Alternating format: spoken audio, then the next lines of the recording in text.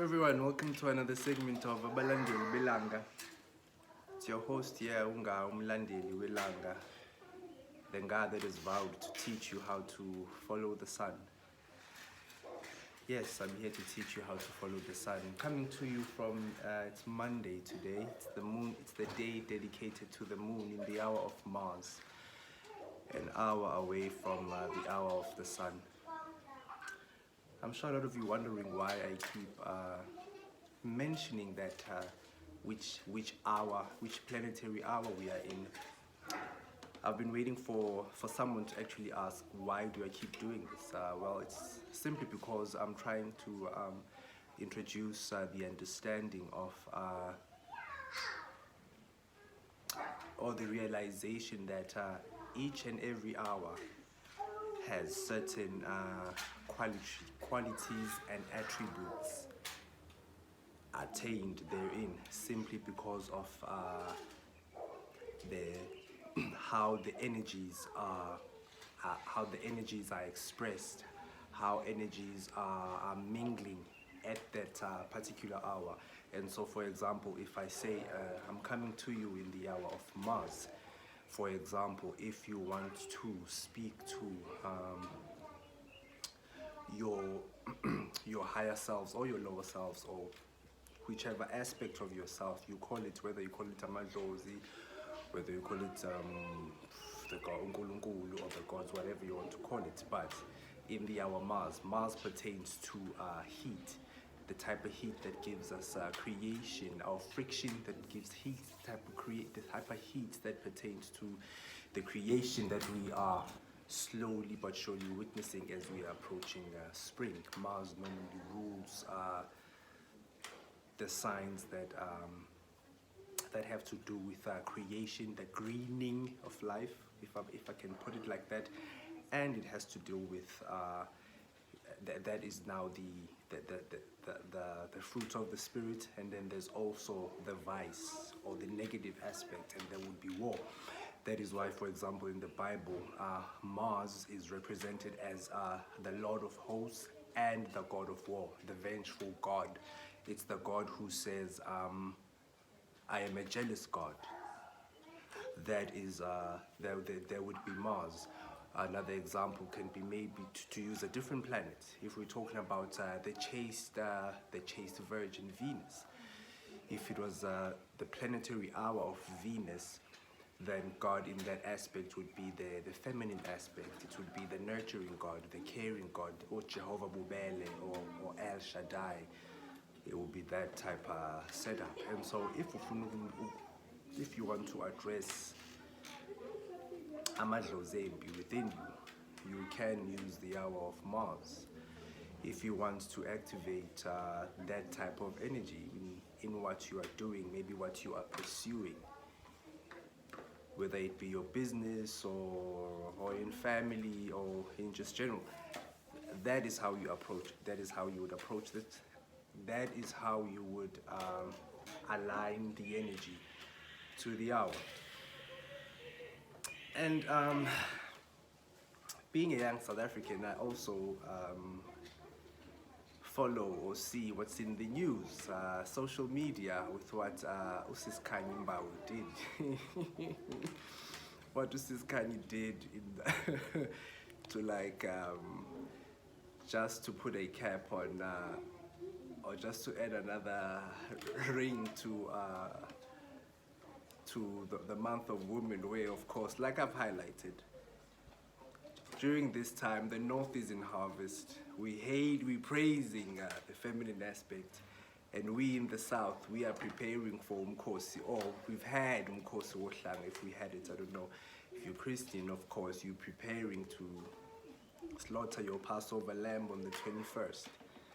And so her and her boyfriend pulling that type of a drama over us, over this period of time, it's quite interesting. And but what's also, and the fact that actually no one saw it, that it was actually a stunt or a drama for their new work. I don't know if it's a book or a TV series. But it was quite interesting. And so now I found myself, okay, I saw the pictures and the videos of her dancing on the table saying Shia Indota in Dubai.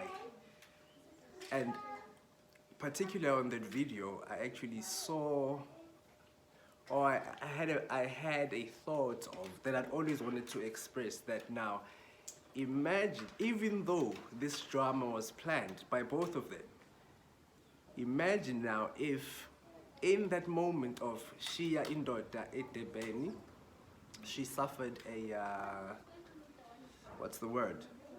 Or she lost, through whatever reason, she lost her memory of actually planning this thing with the boyfriend. And I actually envisioned her actually going on playing this thing out as if that is exactly what she has done, and that would have been her now taking on completely the role in the drama that she has created for herself. And among the schools of mysticism, there's this concept that ultimately the human experience is that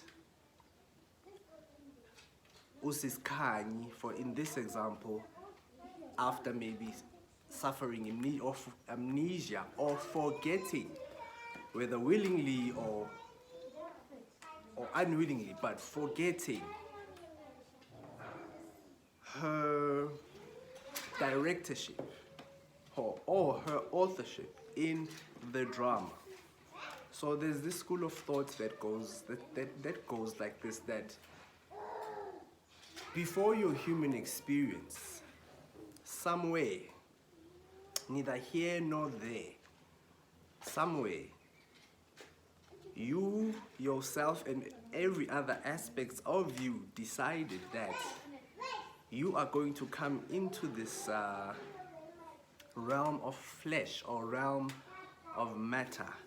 You are going to come preconditioned to be born like this, under these stars, when the sun is at this aspect, at this vibration, to this family, to the certain family, to a political, certain political background, and also religious background, and a specific historical context. Somewhere, neither here nor there, this discussion was had. And out of the discussion, you came into the flesh. Coming into the flesh now, having decided to come in as what? As having forgotten that you are actually putting yourself in the drama, but you are also planning, or you are the planner of the drama as well. Or you are the unseen observer, if I were to use that language. Now imagine that now, where, imagine that life now where u-SiSi now she is in the role, and then she forgets that actually this is a role I was playing. And then she ventured on. I heard a lot of feminist voices behind her. Go girl, give it to them, suck it to them, yeah, eat it type, you know. And I also heard more sincere ones where there were even people speaking up for the guys, saying, but guys, how are we gonna do this guy like this? I mean, he is showing his emotional side. We had dialogues, we had positions taken, all based on a drama, on a drama. And within the schools of mysticism, there is this particular thought that we actually come into the world of flesh, or into this life, having forgotten our authorship, having forgotten our narration of this drama that we are currently living.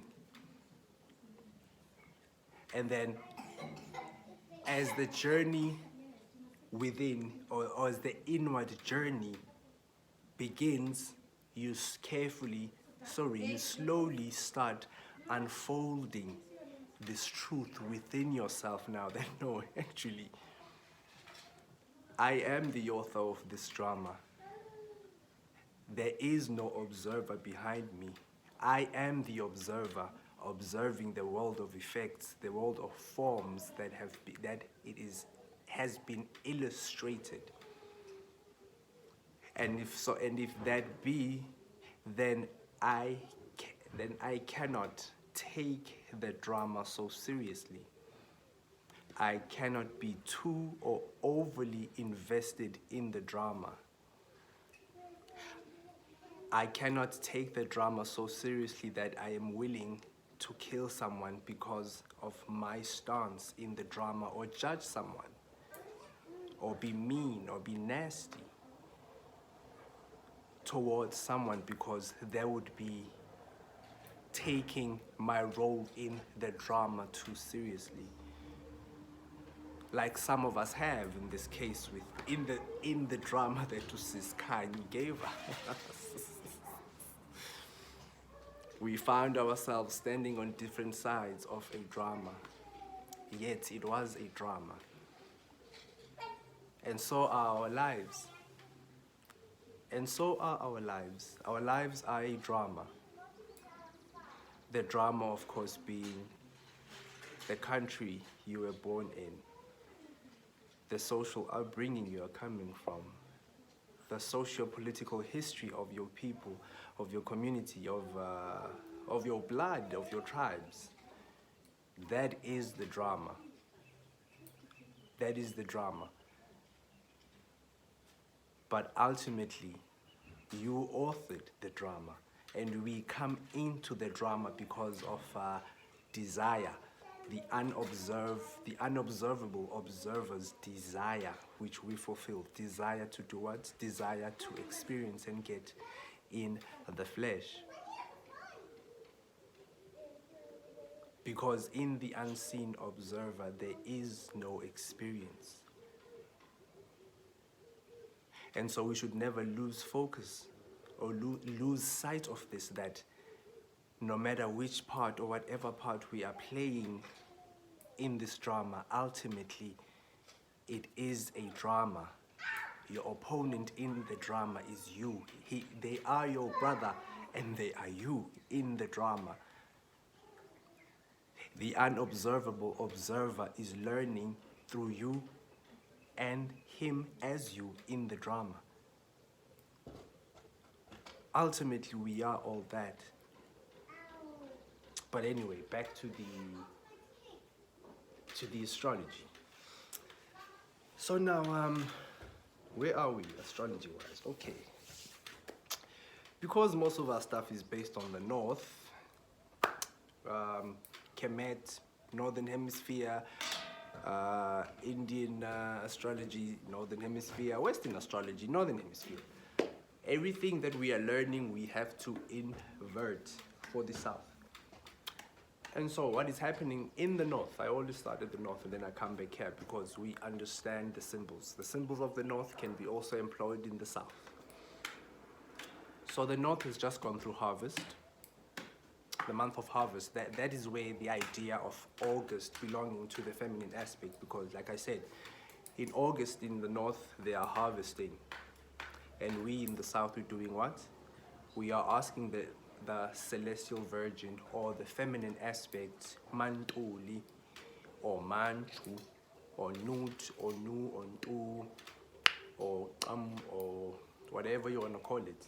We are asking her for a what? For a bountiful harvest when we are in Dasa. The north is actually in Dasa right now, which is March for us. So that's where the north is. And we in the south, we in the opposite. We're just about to enter into the land of promise, which is spring. So they've just gone through the harvest. The full moon we were in, we just went through in August. That was the full moon harvest for the north. And so after the constellation Virgo, it's the scales of Libra, or the scales of Lady Justice. You know the statue with Lady Justice, who is blindfolded with scales in her hands? Yes, that is who we're talking about.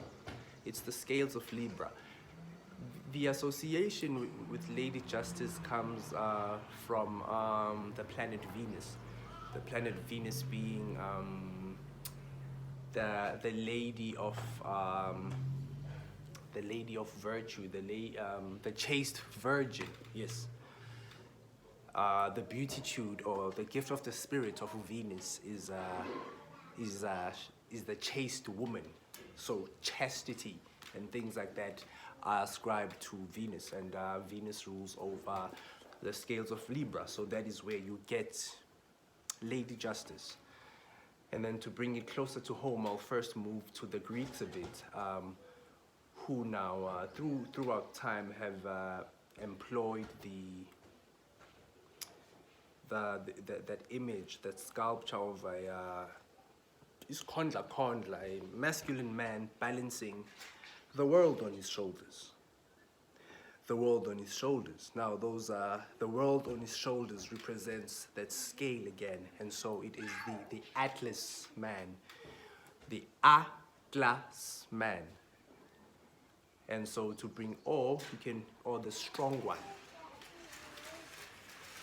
or you can use the word Alexander to the Greeks. Now to bring it closer to home, it is the Atlas man. The Atlas man, of which if we do a bit of wordplay and bring it closer to us, it would be, if you put the MA there to represent the feminine, it becomes Matla,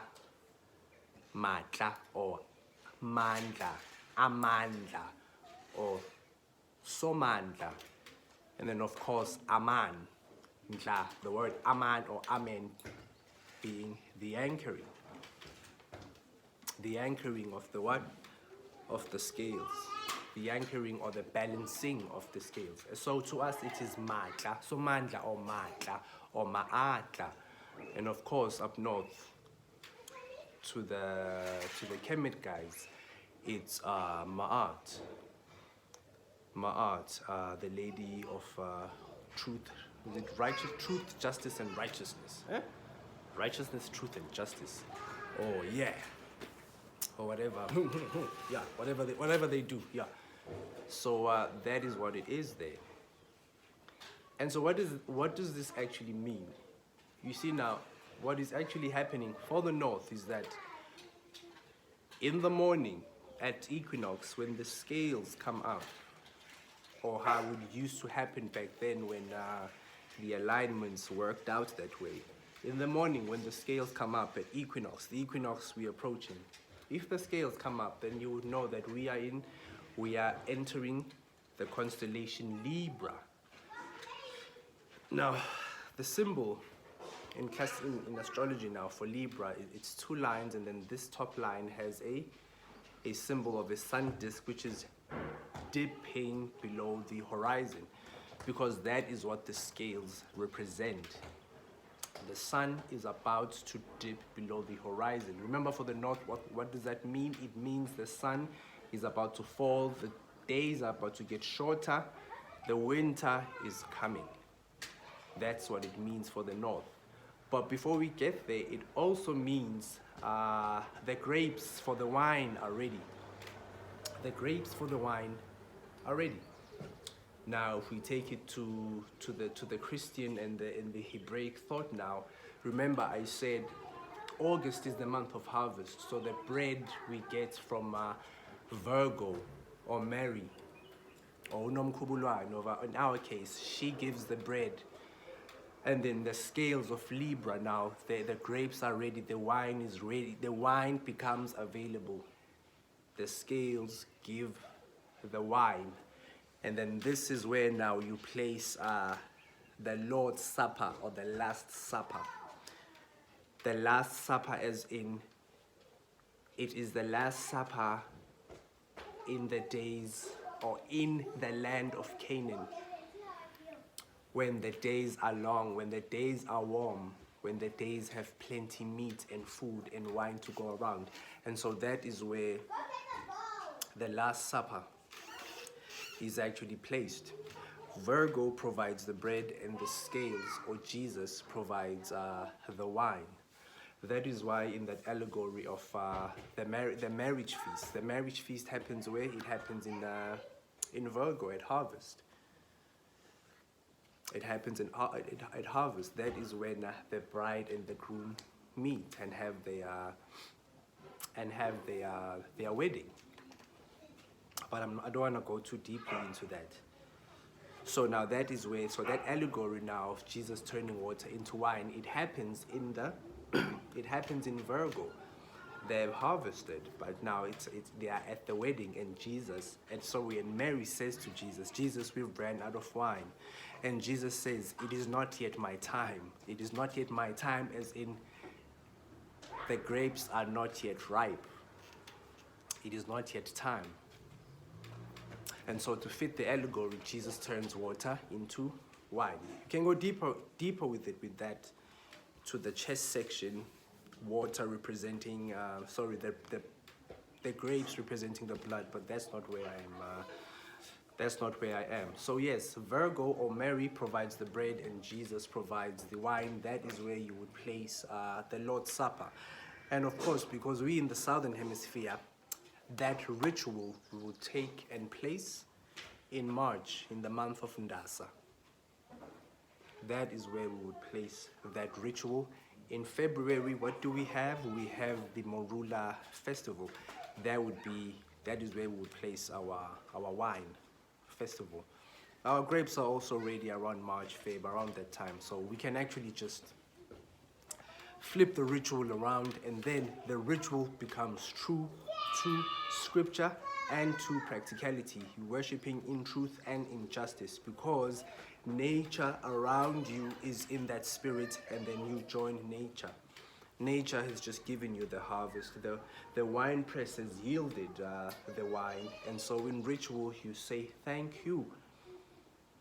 You say thank you to the sun before it departs, before it dips below the horizon. You say thank you for the bountiful harvest. Thank you for the warm drink, the wine and the strong drink that is going to take us through the winter. You say thank you. In the Hebraic culture, you do this with tents. You do this, you pitch your tents outside, because once the sun dips below the horizon, you cannot sleep out in the open. It gets cold. You need to start getting into your tents. You start getting indoors. This is what these things mean, guys. This is what these things mean. So that is what will be going on with the Hebrews. And also the Day of Atonement, that is where it will be placed as well, or the Day of Reckoning, the Day of Judgment, when the sacrificial goat Azazel will be led into the wilderness with the sins of with the sins of the congregation. Azazel, the goat, representing, of course, the celestial goat Capricorn. The celestial goat Capricorn. But I don't want to go too deeply into there. So, oh yes, and the trumpets. I think they blow it 7 times, if I'm not mistaken. 7 times, me being the 7 full growing months. That's what it is. They also place it there. So all those festivals happen in September, if you're in the north. Lord's Supper and all these other Hebrew festivals, they should be technically happening after the 21st of September. Because now, but it should never be made obvious that they are actually following the SUN, as did our ancestors, as did our forefathers, as did everyone else. Whether you call it the pagan world or whatever you want to call it, that's what we did. That's what humans do. If you're on this rock long enough, eventually you're going to look up and say, okay, ooga booga booga booga. After a few centuries, you're going to start saying, oh, okay, so every time it's spring, that light is there. Eventually you will have a name for that light. You will have a trajectory and everything else that comes with that. That's what we humans do. That's what we humans do, and we should be we should be grown up about this, or we should be grown up enough about this to be able to say, okay, that's how it is, and carry on with life, and know what we do, We try and insist it isn't, and we fight over it, and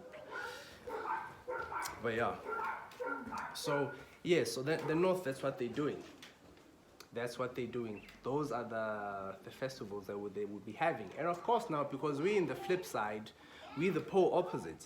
These are the two hands that are washing. In Zulu we say, oh, the two hands or the two poles that seem to be fighting but are actually working together. In Zulu we say, izandla ziyagezana.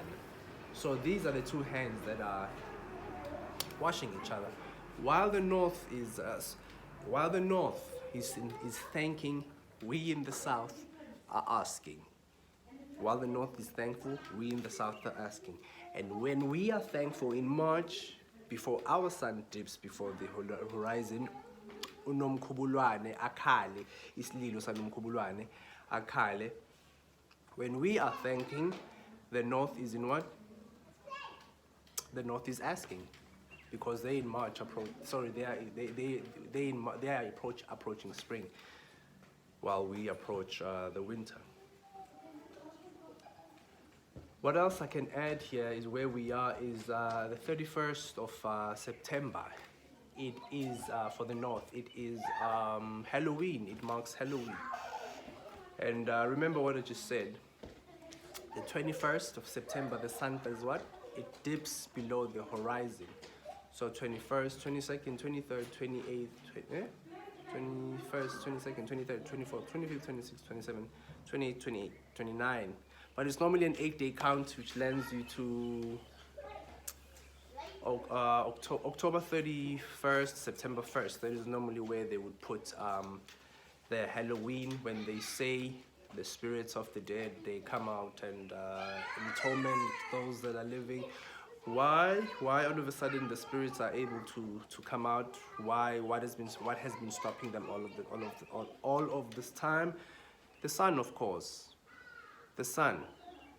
From that 31st or that 1st of September, again, noticeably, the sun, the hours of the day, they start decreasing. You can start seeing it. And so with each day, the powers of darkness are reclaiming the land. The powers of the underworld are coming up, until, of course, they enter winter. Another angle that this story is actually told from is the fall. That's why autumn is called the fall, or it's the falling. It's the story of the angels who fell from the heavens through the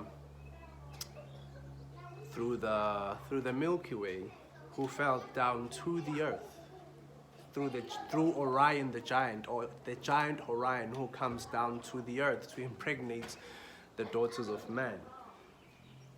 That is that falling. It's that same story. It is that same story. Whether you're reading the story of Moses, whether you're reading the Enuma Elish, whether you're reading whichever story it is that story. There is no other story we have to tell. It's that story. And so yes, there would be the fall. And so to come back now to the southern hemisphere, yes, we are approaching the land of promise. If you're Christian, this is where that symbology comes from now, where it says we are standing at the banks of the River Jordan, ready to cross over into the land of promise. Just to quickly touch on actually why Moses does not actually get to see Canaan, the land, even though he was the most worthy person, the most worthy to actually see that land, because he led them there, but he doesn't. But he gets translated and he ends up ematongweni, or in heaven with the Father.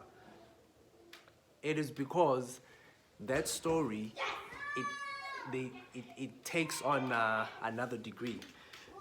Because like I said, there is no other story to tell. And so the story of Moses is actually, again, still the story of the son.